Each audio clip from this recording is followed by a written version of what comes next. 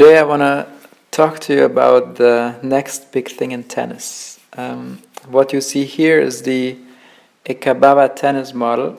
It's a model to illustrate what are the factors that drive success. So what you can see here now in the white balls, you can see the tennis-specific aspects and the physical fitness aspect, which are pretty much practiced by most players, whether you're a child, a teenager, or a top athlete in the top 10 of the ATP or WTA tour. You practice those things. So you practice technique, footwork, control, and so on. And these are things that every tennis player is familiar with. And then on the physical side, coordination, speed, endurance, and so on. So if you look up to the 80s, so let's say mid-80s when Ivan Lendl came onto the tour and was successful, most tennis players practiced everything in the first row, but there was not so much happening in the second row, also in sports overall. Only then the sort of revolution came where all sports became much more physical. And you can see the big difference if you watch sports from the 70s or early 80s. It was not as physical. I mean, that's very obvious. So all of a sudden, everybody understood that they can improve their performance by including the second row as well. Very, very obvious. Today, everybody knows. Back then, the awareness that this was a factor for the overall success was not there or very small.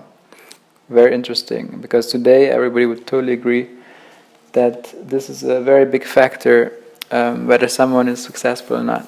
So now I want to show you all the other factors that play a big role, that make the difference between somebody who is successful and somebody who is very successful. And all of those bubbles that you will see in the following, they contribute very greatly to success or not.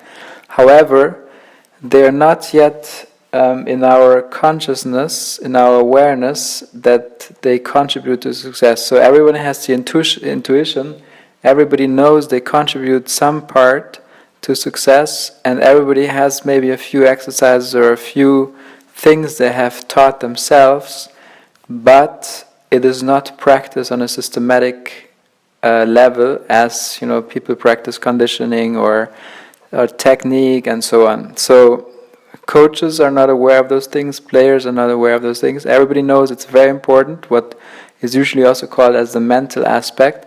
However, it's not practiced systematically all over as it should be, because my theory is all of those balls that you'll see in a second are the ones that are going to be the big thing in the next few years, as it was with the physical aspect in the 80s.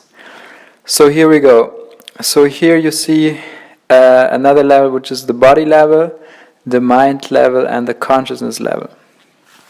So the model, it's just a model, right? It doesn't have anything to do with the truth, and this is just a rough summary of all the aspects there. So if you go into each of the bubbles, of course, even with the technique or the touch and so on, there are plenty of other subcategories and other exercises, and maybe there's even a bubble where you say, oh, it should also be in, but that's not about it. It just shows you that we usually practice only a fraction of what is actually contributed to success. And as I said, many people are not aware how to practice it, and then people call it luck or, well, he was born like this. But actually, my point is, we can all practice those things, what we usually call luck, or this guy is mentally strong, and so on. Everybody can do that. So, yeah, so on the body, you have body language, emotions, body memory, and so on. Then in the mind, of course, we have the thoughts that can be very restrictive, or they can help us to be successful, our belief systems, visualization, and so on.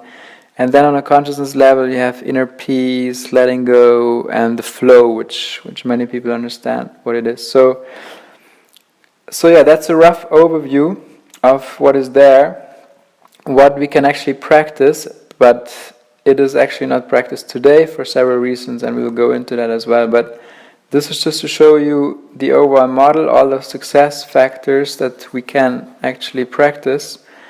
And in the next videos, we will go into each of those bubbles, the orange bubbles, and I will tell you how it impacts our performance, our success, and what are some things that each tennis player, whether professional, whether amateur, or whether just a child that starts or a teenager, this is helpful for everyone, because this is actually the deciding factor for whether you have fun or not in tennis and whether you're successful or not.